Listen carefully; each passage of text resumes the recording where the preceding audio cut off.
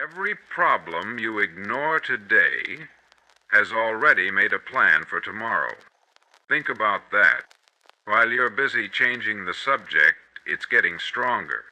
While you're pretending everything's fine, it's sharpening its teeth. You see, problems are like unpaid debts. They don't vanish, they just collect interest. So today I want to talk to you not about motivation, not about goals, but about something far more important. I want to talk to you about the quiet things you've been trying not to look at. Because ignoring your problems doesn't protect your peace. It just postpones your power. And that's where we begin.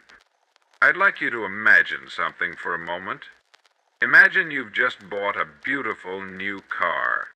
Sleek lines, polished chrome, the engine hums like a symphony. Every morning you step in, turn the key, and it takes you exactly where you need to go. It's reliable, it's clean, you feel good driving it. But one morning you notice something on the dashboard.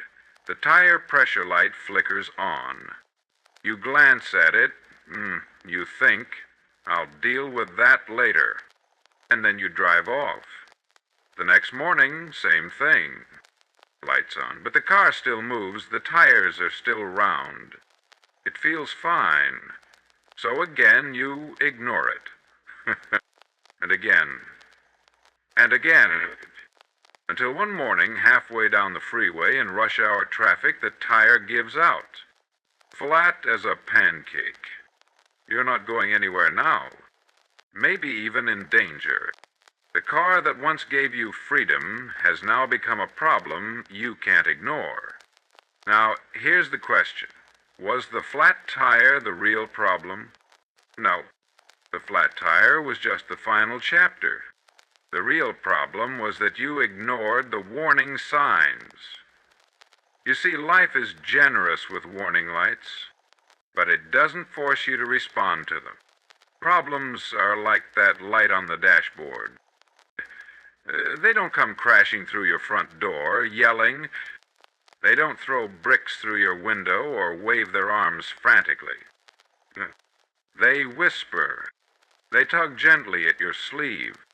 They show up as unease, tension, procrastination, stress. And if you don't listen, they wait. Quietly, patiently, and then they grow. Now, I don't know who said it first, but they were right when they said, what you resist persists. The problem you pretend isn't there doesn't disappear. It simply settles in, grows roots, builds a home. It becomes the quiet weight in the background of your life, draining your energy little by little. It's like stuffing a bill in a drawer. The due date doesn't change because you can't see it. You just get hit with interest. Or it's like walking around with a small stone in your shoe. You can ignore it at first. But by the end of the day, that pebble feels like a boulder. And the pain is no less real just because you chose not to notice it. Many people go their whole lives like that, rearranging the furniture in a burning house, polishing the mirrors, vacuuming the rugs, hanging new curtains, all while smoke is creeping in under the door. Why? Because it's easier to clean than to confront the fire. It's easier to stay busy than to be honest. It's easier to fix the visible than to face the internal. But here's the trouble with pretending. Reality doesn't care. You can fool your friends, you can fool your coworkers, you can even fool yourself for a while. But you cannot fool reality. Problems ignored don't vanish, they metastasize. They thrive in silence, they multiply in the dark. Now I understand. Life is busy. You're working, raising a family, trying to keep it all together. So when something small starts to go wrong, you think, I'll get to that later. But here's something I've learned. Later has a habit of becoming never. And never is where most problems grow into crises. Maybe it's your finances. Maybe it's your health. Maybe it's a relationship. You're not speaking up. You're not taking the steps. You're pushing it down, hoping the pressure will go away on its own. But pressure doesn't dissolve, it builds. Some people carry around so much ignored weight, they don't even remember what it's like to feel light anymore. They mistake heaviness for normal. They forget that peace is possible.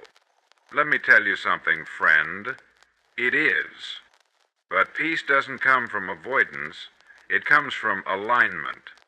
It comes from looking at what's real and saying, "There you are, I see you." That's all. That's the first step. Not solving it overnight. Not transforming your life in a day. Just looking. I once met a man who told me he hadn't looked at his bank statements in months. Said it gave them anxiety. So I asked, "What do you think is more stressful, the numbers or not knowing the numbers?"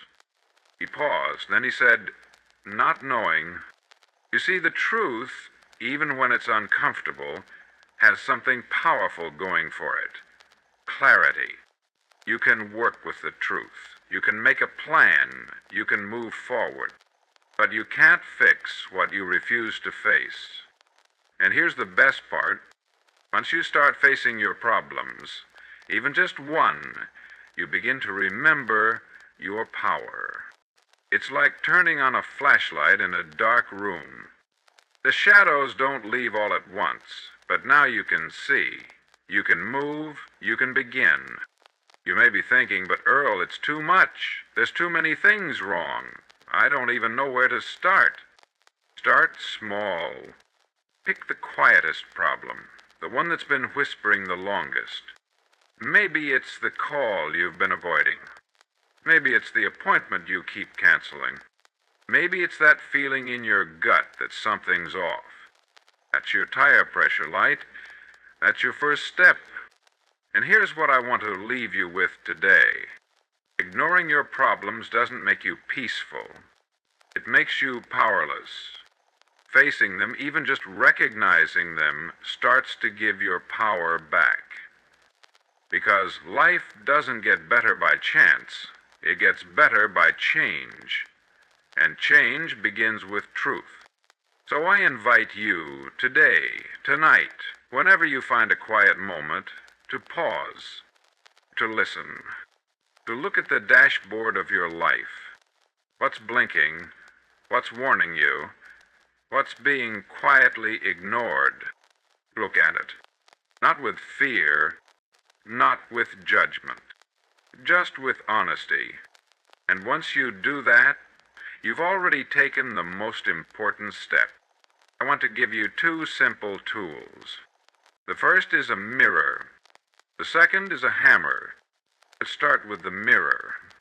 Now, I'm not talking about the mirror hanging in your bathroom, the one you glance at in the morning and hope the lighting's kind. I'm talking about the internal mirror. The one that doesn't care about lighting or angles or appearances. The one that shows you the truth. And here's the thing about that mirror. Most people avoid it. Why? Because it doesn't lie. And deep down, we already know what it's going to show us. It shows you where you actually are in life, not where you pretend to be, not where your friends think you are, but where you are. Right now. Honestly. That mirror is honesty. And honesty, my friends, is the beginning of freedom. Because you cannot change what you will not admit. If you're in debt, say so. If your health is spiraling, say so. If your relationship is hanging by a thread, call it what it is. If you're anxious or angry or lonely, don't dress it up, just say it. That's the mirror. That's what it means to be brave. Because pretending might keep you comfortable, but it won't get you free. Most people aren't weak, they're just tired of pretending. They've spent years trying to hold up this image, this illusion, and they're exhausted. Because nothing takes more energy than wearing a mask every single day. But once you stand in front of that mirror, once you face it, something beautiful happens. You stop lying to yourself, you stop hiding, and that, my friend, is the beginning of your comeback. Now let's talk about the second tool, the hammer. What's the hammer? Action. It's not about doing everything today. It's not about fixing your whole life overnight. You're not here to move a mountain. You're here to take one swing. That's it. Just one swing, one phone call, one hard conversation, one appointment with a counselor, one chapter of the book you've been avoiding, one visit to the gym, one day without the thing you keep saying you'll quit. That's the hammer. You see, problems, like shadows, get smaller when you move toward them. Not when you run from them, not when you try to outthink them, but when you act. And each swing chips away at the thing you thought would never move. Many of us think we have to rearrange our entire lives to get comfortable. Switching jobs, chasing distractions, changing partners, changing scenery. But we never stop to check. Am I carrying something I need to deal with? The mirror shows you the stone. The hammer helps you remove it. And listen, I know it's hard. Facing yourself isn't easy. Taking that first step, terrifying. But the people who live well, the people who sleep well, they're not the ones with the fewest problems. They're the ones who stopped running from them. They faced the mirror. They picked up the hammer, and they started building a new life, one honest swing at a time. So I'll leave you with this. The next time a problem knocks, don't pretend you're not home. Don't turn up the music and hope it goes away. Don't hide in the basement of your comfort zone. Open the door. Invite it in, sit it down, ask it what it wants, and then begin. Because the only thing worse than a problem is pretending you don't have one. You were not made to live in fear. You were not made to stay stuck. You were made to face the mirror and rise. You were made to lift the hammer and build.